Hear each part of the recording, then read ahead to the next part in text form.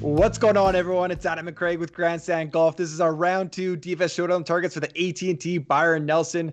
Craig, it was a birdie fest today. We can't flip over the leaderboard. We can't even get the guys that shot 6 under because T7 was pretty much everybody in the field, it seems like. Yeah, it would be a lot of top tens right now if we were to end this tournament. Yeah. Absolutely crazy in scoring out there. Jordan Spieth, I think, had one of the craziest days we've seen in a while.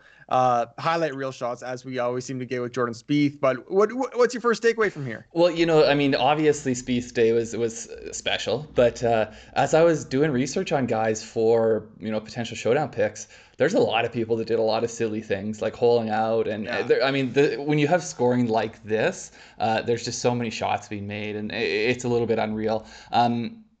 Yeah, my other big takeaway, I'm going to be pumping the brakes on Showdown probably this week. I'll still be playing them, but I definitely will not be playing the same volume. It kind of reminds me of all the best players in the field play basketball are in the NBA. But when they're in high school, they all score like 30 plus points a game. When you get on a course like this, any of these 155 golfers can go 8 under. Like, that's just how good they are. Yeah. Well, and that's the thing, is that these easier courses don't differentiate as well between the best golfers, and because all of these guys are really good golfers. So like, these courses don't do as good a job differentiating over 4 rounds between a John Rahm and who am I going to pick on here? Luke Donald, maybe. Because Luke Donald, he was number 1 in the world. He can handle it. Yeah, that's true. Okay, let's talk a little bit how we got there, because I think it's kind of crazy. So minus 3.25 was the scoring average. It was easier in the morning, minus 3.64, 2.86 in the afternoon. The cut line predictions, I do want to kind of refresh everyone's memory. We had a -7 cut at the Shriners, which was a PGA Tour record. So there could be some record-breaking cuts tomorrow. But 8's definitely in play, 7's in play, 6's in play. The only thing that might change is we got a little bit of weather. Yeah, well, and I mean, another interesting thing that kind of shows you how unpredictable it's going to be is we're not even close to 100% there. Like, usually there's enough, it's tight enough in terms of where the cut's going to be that those numbers, it's so unlikely that those numbers will be something other than those 3 numbers that they choose as the highest 3. But there's just so many possibilities still. The weather, that's the big differentiator at this course. I mean, if the wind blows, it can play tough. So right, tough even for these guys. Like, yeah, gusty in the morning, but the wind itself increases during the day. It never gets that bad though. So that little bit of gustiness in the morning might be the most significant. Yeah, I'm leaning in the afternoon, but I don't think it's going to play much of a factor, if I'm being perfectly honest. If there's a little edge, though, I'll try to take it, right? Yeah, and I've actually chosen for my picks, I've chosen all afternoon guys. The other thing to keep in mind, though, is that typically courses play easier in the morning than the afternoon. They're softer, they've just hardened up over the course of the day. So the greens are more pure, less foot traffic. Less foot traffic, yeah. There's all kinds of reasons, but it is well known and like well documented that over the course, in the grand scheme, courses play easier in the morning than the afternoon. But I've just decided, if that wind does get gusty, we saw that the AM wave was better, so maybe there's just a little bit better talent there. I don't know. I've decided to stick with afternoon guys tomorrow. Yeah. So I want to talk about the cut line for just a second in terms of DFS. So let's say it goes to -7 tomorrow. I want to talk about guys coming in and out. So -2s. Let's say you have Zalatoris and you think it's completely dead. If he needs to go 5 under tomorrow to get to -7, 53 golfers did that today. Yeah. 53 golfers went 5 under. If you have someone that's even, Matt Fitzpatrick. Oh no, my lineup's dead. I got Matt Fitzpatrick. It's dead at even. He needs to go 7 under, let's say. 18 golfers did that today. Like, the numbers almost don't even mean anything right now because they're so unlike most tournaments. It's going to be the one thing that I'm really looking forward to. It's going to be a super volatile cut tomorrow. Like, until it's done, you're really going to have no idea whether people are in or out. And the guys at 4 under that you think are fine are going to shoot 2 under and then be out or something. Yeah, it's gonna be a little bit silly. And you know what? That's why I'm just gonna decrease my showdown volume, is because there's just so much uncertainty. I don't feel, like the plays that I feel, on a hard course, the plays you feel good about, if they go out there and they beat the field by 1 or 2, that's good. People need to go crazy. They need to be clicking on all cylinders and making putts and everything tomorrow. Yeah, it might be a single bullet for me tomorrow. Yeah. Okay, should we talk about some plays? Yes, let's do it. My first guy, I'm going Ryan Palmer, 9,100 on DraftKings. Feels a little bit too cheap. He went 67 today, 5 under, very clean scorecard, 5 birdies, no eagles, no bogeys, just a clean 5 birdies. How did he get there? Classic showdown stats. 13th off the tee, over a stroke.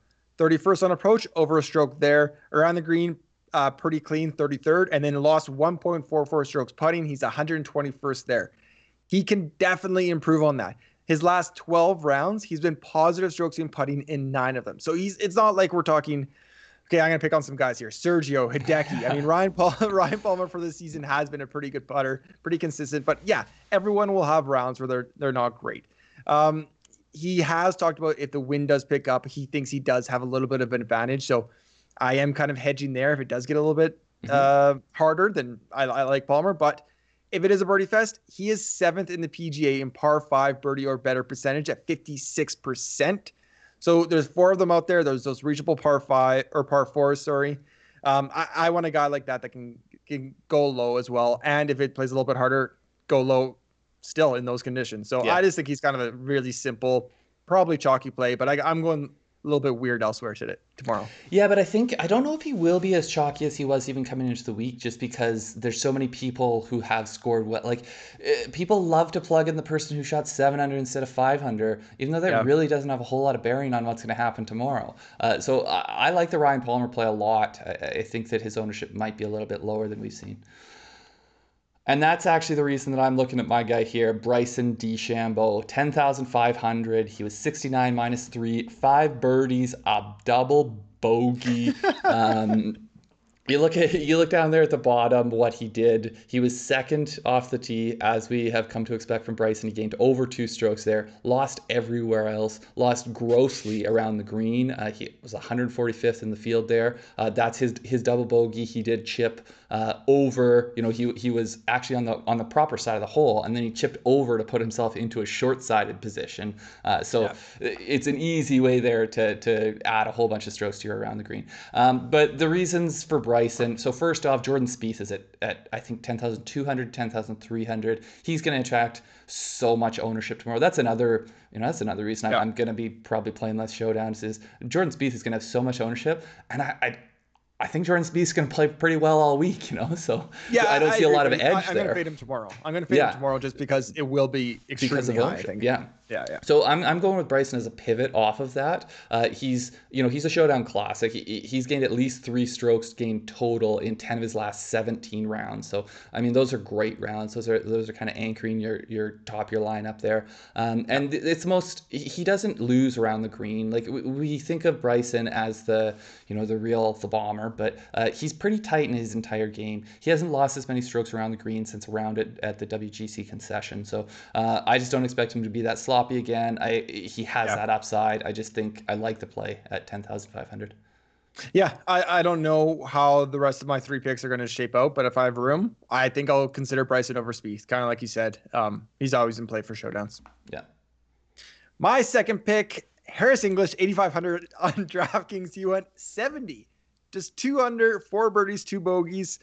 So I feel like I need to get a little bit weird somewhere else. So I was kind of looking for a guy who didn't play well today that will have no ownership, like very, very, very little ownership. That wouldn't really surprise me if he went 5 under, 6 under tomorrow and had a really clean scorecard.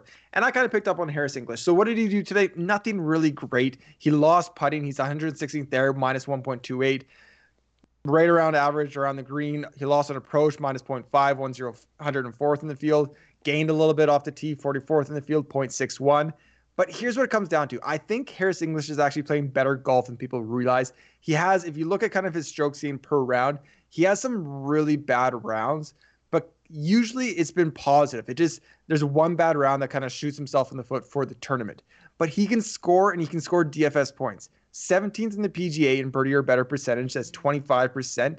He's 6th in the PGA, entire PGA, not just this field, 6th in the PGA in par 5 birdie or better percentage at 56%. So when I look at guys that can go low, I think Harris English is one of them, and he's going to get no ownership. So I'm going to take that risk with one guy, and I'm going to pick Harris as that one guy. Yeah, I mean, I think the ownership will be low. I think that's the real argument you can make, is that anyone can score on this course. You know, it's essentially, it's random. So you might as well take shots on people who are going to have low ownership. And Harris English has a good short game. So he should, you know, you can at least count on he should be 2 strokes better than he was today, just based on his short game, if he hits the ball as well as he did yesterday. The problem is that I don't have any faith in his ball striking, but you know, in a single round, anything can happen. It just, to me, I feel like he played so good for like a year until the Tournament of Champions, and then he's just really, his ball striking has fallen off. So I have faith in the short game. I don't have faith in the ball striking, but for a single round bullet on this one, low owned, I guess. Take your shots. I think that's completely fair. And I will say, like, this is more of just like a gut, like, let's go with my gut here. Let's see if Harris English can do something special tomorrow. But I mean, this is also in a big GPP with a random field like this. This is the type of thing you need to do. You need to find weird plays. Yeah. So I just keep going back to Charl. Let's be serious. Charl Schwartzel, 7,600. I did not like the price tournament long, and I'm kicking myself. He was in the low 8s tournament long. I love this price. He's in this glut of guys at -7, so I think he will attract ownership. But there's so many guys that have good scores that I don't know if it will be, like it should be, based on where he's priced and the people around him. So he was an eagle, 5 birdies, clean scorecard, no bogeys. You look at what he did. He lost slightly off the tee, gained on approach, gained a lot putting. Just, basically exactly what you would want to do if you want to put up a good score. So why Schwartzel? I've said that I think long term, I'm thinking the Schwartzel trend is trending up. So he's gained strokes. This is just total strokes gained in 12 of his last 13 rounds. Over those 13 rounds, he's averaging over 1.5 strokes, just over 1.5 strokes total. And the thing that I love, he's positive strokes gained approach in 9 straight. Now, I looked through I didn't have a chance to watch him today, but I looked through to see kind of how did he get his 2.2. He had a hole out. So he definitely had one shot where he gained a whole bunch on approach. But he's positive strokes gain approach in 9 straight rounds. He's averaging 1.5 on approach in those rounds. So the ball striking is good. I think that can lead to, like, on these courses where you need to hit it tight, you need to make birdies. I like someone who has good form with their approach game. It's just going to come down to, can he have a hot putter again tomorrow? Yeah. I didn't get their tournament long, and I kind of feel silly because his price, same with a guy like Aaron Wise, but I guess they got priced up for a reason because of their form and they're playing well. So yeah, definitely a guy I'm considering for tomorrow. My third pick, I'm going back to one of my guys, one of my sleepers. I'm going Tom Hoge, 7,200. He had 68. He's 4 under. I was just checking this. He had 5 birdies, 1 bogey. So that's where the mistake was. We almost got through the entire show without me making a typo, but we got it on the third one. I'm consistent, at least that way. Man, Hoagie's round. I was watching it early this morning, and he is out in the afternoon. Classic ball striker. So he's 11th on approach, 2.44 positive. He's positive off the tee, 0.76, 36. Losing around the green, including losing 2 strokes, nearly 2 strokes putting, 145th. I went through his entire scorecard. He didn't make a putt over 5 feet today. That hurts. His longest putt he made was 4.9. Yeah, it's okay when you hit it to 3 feet on a par 3 and he tap in for birdie. That's great, and that's what he did. But we need to make a couple of those putts. We just need to make a couple of them. Basically, I think with how he's hitting the ball right now at 7,200, he's too cheap. He can, his putting isn't great. I think it's positive on the year, but slightly. Even recently, maybe 50-50 are positive, negative. So it's not. He's kind of a very average. 0 would be good for him, putter. But top 20 in strokes gained tee to green over the past 3 months in this field. So at 7,200, I'll take a shot with that, and hopefully he can make 2 putts, maybe over 10 feet or around 10 feet tomorrow, and I'll be super happy. Yeah, no, I mean, I think Hoagie's kind of a classic showdown play to me. I mean, first off, someone who hit the ball well the day before and putted poorly, but second off, he's in a good approach player. That's not an outlandish number for him to put up in a single round. Yeah, the putting is that's the wild card. If he can be as good ball striking tomorrow and he shows up with a putter, then he's going to be on a winning slate. It's just a matter of if. Yeah. And I think, I mean, these guys, they're mostly all on a new course, at least for a tournament course, PGA tournament course. So they get adjusted to the greens and they can. Except for Ryan Palmer. He's already got a course record here, so he doesn't need to adjust. That's true. That's true. Very true. My last one here, I'm actually going with a guy that should be pretty good at putting. 7,400, Brandt Snedeker. He was 66. He's -6. Eagle 4 birdies. Nice clean scorecard. So he is 102nd in putting so far in the week. He lost 3/4 of a stroke there. He gained over 2 strokes around the green, and he had a good approach day. He is a good putter. So I think he was one of your sleepers coming into the week, wasn't he? Yeah. Yeah, and I liked him coming into the week, and so I'm happy how it's paying off thus far. But you look at strokes gained putting for his career, he's gaining over a half stroke. So he's a good putter. I think he's 4th in terms of at least of people kind of still playing and active in terms of their career strokes gained putting. He's 4th? 4th.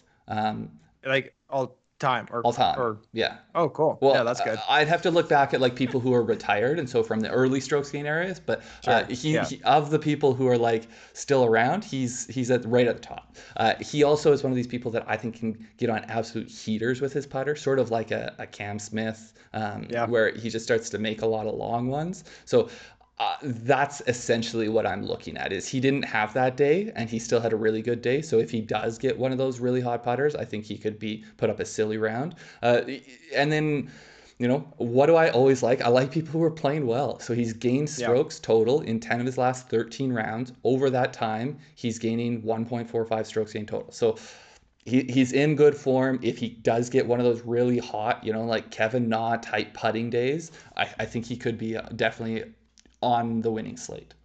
Yeah, so I think his around the green game is a little bit inflated. He had a 3rd shot on a par 5. He holed out, but I thought that might have gone in approach. Just with the numbers, I would think it went around the green, but I'm not entirely sure. Well, he also had a few other chips that he stuck, pretty good ones that he stuck. Yeah, like to 16 inches, you're like, okay, par save. I think he's only 1 under through like his first 7 or so holes, and then kind of went on a tear to close out. So I was happy to see that. I have a lot of exposure to Snedeker. Because of that, I might hedge and not play him tomorrow. Just, I'll be happy with a May cut and kind of go on from there, maybe play him again Saturday. But yeah, absolutely. His putter should be, a stroke and a half. Yeah, that he lost kind of around with the putter. So yeah, makes sense. And the thing is, it's just, those putters, I feel like, with the off the tee and approach game, you kind of expect there's less variation potential. So like the good ones are usually good within, a half stroke of their average, maybe, or a stroke. But with putters, the good putters can just have stupid days where they gain 4 strokes on the putting greens. Yeah, like Ventura today. Oh my God. Oh my God. Okay. Thank you everybody for watching. Those are our round 2 PGA DFS Showdown picks for the Byron Nelson. Please hit that thumbs up button. It does mean a lot, does support us. Subscribe to our channel if you have not yet already. We're throwing a ton of PGA Championship content, so make sure to go to our channel. Check that out. I'll make a playlist so you can kind of check out all that content here. But we will see you again for tomorrow, round 3 showdown for the Byron Nelson. Good luck, everybody. Yeah, good luck. See you guys next time.